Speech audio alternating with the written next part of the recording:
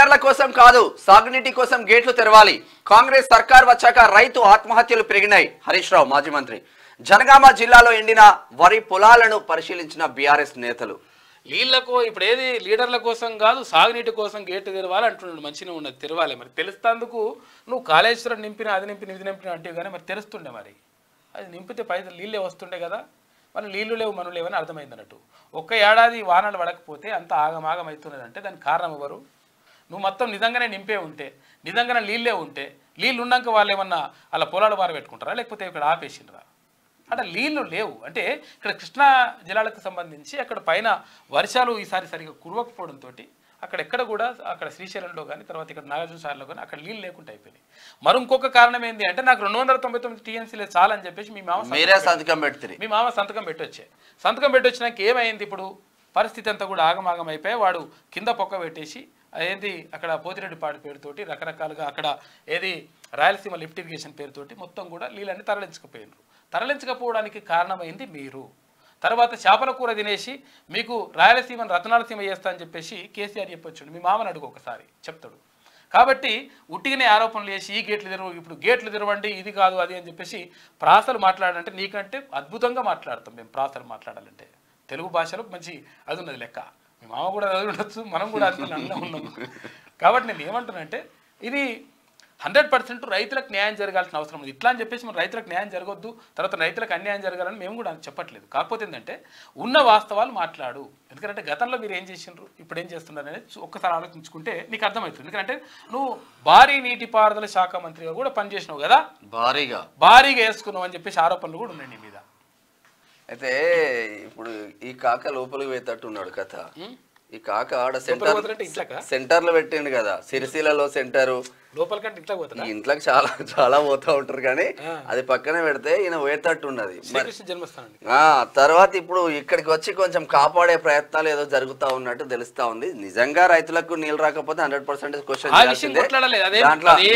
అదేం రైతుల విషయంలో కానీ, నిరుద్యోగుల విషయంలో కానీ, ప్రజల విషయంలో కానీ, బాధితుల విషయంలో కానీ 100% క్యూనూస్ అండగా ఉంటది. అది విషయం. అయితే ఈ మన వీళ్ళ శిష్యుడే ఈయనేమో అంటుండు, ఒకసారి చూద్దాం. బాల్కా సుమన్ ఆర్ఎస్ ప్రవీణ్ కుమార్ సార్ గురించి ఏమో అంటుండు, ఒకసారి చూద్దాం. ఒక్క నిమిషం. విశ్వాసం నాకున్నది, ఎందుకంటే నా చేయి చాలా మంచి చేయి. నా చేయి పట్టుకొని వస్తే డెఫినెట్ గా మా పెద్దపల్లి ఆనాడు వెంకటేష్ నేత ఉండి నా మీద పోటీ చేసి ఎమ్మెల్యే కూడిపోయిండు. మావాడిని పట్టుకొచ్చినాం, ఎంపీ అయిపోయిండు అనుకో. ఇప్పుడు అప్పుడైతే ఎంపీ అయిండు. సో అట్లా చాలా మంది మిత్రులు పార్టీలో ఎంపీలుగా, ఎమ్మెల్యేలుగా మా సన్నిహితులు చాలా మంది అయినారు. డెఫినెట్ గా నేను పూర్తి స్థాయిలో నమ్ముతున్నా. ఈ పార్లమెంట్ ఎన్నికల్లో కూడా మన వాళ్ళు చాలా మంది ఎంపీలు బ్రహ్మాండమైనటువంటి మెజార్టీతో గెలుస్తారు. దాంట్లో మంచి మెజార్టీతో మన ప్రవీణ్ కుమార్ సార్ గెలుస్తారు. ఆ దిశగా సర్వేలు మొన్న నేను చెప్పినాను, సార్ ఇంట్లో మేము కూర్చున్నప్పుడు సర్వేలు కూడా 2-3 సర్వేలు వస్తే అన్ని సర్వేల్లో మనకు పాజిటివ్ ఉన్నది, మంచిగా ఉన్నది. వారి పేరు ప్రకటించిన తర్వాత బీఆర్ఎస్ గతంలో కంటే ఒక 2-3% పార్లమెంట్ నియోజకవర్గంలో పెరిగింది. సో అది ఒక క్లీన్ ఇమేజ్ ఉన్నటువంటి వ్యక్తి, ఒక విద్యాధికుడు, మాజీ ఐపీఎస్. అయితే ఇది ఏమంటున్నాడు అంటే ఇప్పుడు ఈయన చెయ్యి పట్టుకుంటే ఆర్ఎస్ ప్రవీణ్ కుమార్ గెలుస్తాడు అంటే నీ చెయ్యి మంచిది అయితే నువ్వే గెలుద్దు కానీ అనవసరంగా ఎందుకు?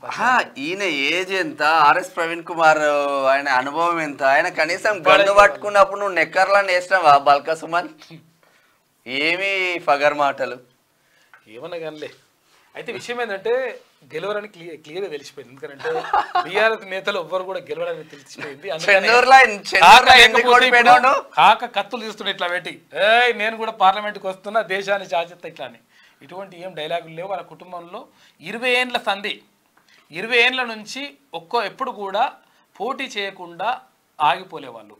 ఈసారి ఆగిపోయిందంటే అర్థం చేసుకోండి, మొత్తం పని అయిపోయింది కథ. గెలిసే కాన్సెప్ట్ ఉంటే హరీష్ రావు మెదక్ నుంచి పోటీ చేస్తాడు, కేటీఆర్ కరీంనగర్ నుంచి కూడా పోటీ చేస్తాడు. గంగరాలు తేలినాయి, అయిపోయింది కథ అంతా కూడా. ఆంధ్రజ్యోతి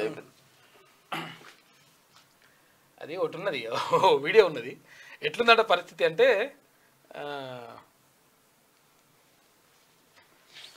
హోలీ పండుగ శుభాకాంక్షలు ఇట్లుందట.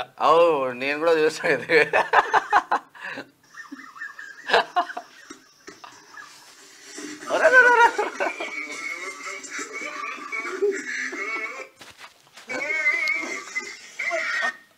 చూసారు కదా. అయితే ఒక్కటిట్లా పాడు అయితే ఒక్క పండు తీసుకుందామని చెప్పి ఇట్లా పోతే మొత్తం ఉన్నాయన్నీ కూడా అందులోకి అన్ని పడిపోయినాయి. బీఆర్ఎస్ పరిస్థితి ఒక గాడికి వచ్చిందట. ఇక ఇంకొకటి ఏం చెప్తారు, ఇది రకరకాల ట్రోల్ చెప్తుంటే పరిచారం ఉంటుంది. ఇక త్వరగా బెయిల్ వచ్చేలా చేయండి, లేదా మీ అందరి బండారం బయట పెడతా. పెట్టాల్సిందే అక్కడ పెట్టాలి. కేటీఆర్ హరీష్ రావులకు కవిత వార్నింగ్ మరి ఇచ్చిందో లేదో తెలియదు కానీ ఇట్లా సోషల్ మీడియాలో అయితే వైరల్ అవుతుంది. తొందరగా నన్ను బయట తీసుకోవాలి, లేకపోతే మీ బండారం బయట పెడతా అంటుందట. జైల్లో ఉండలేకపోతున్నా, నిద్ర పడతలేదంట, ఊపిరి మెసలుతలేదని చెప్పేసి ఆమె అంటున్నది.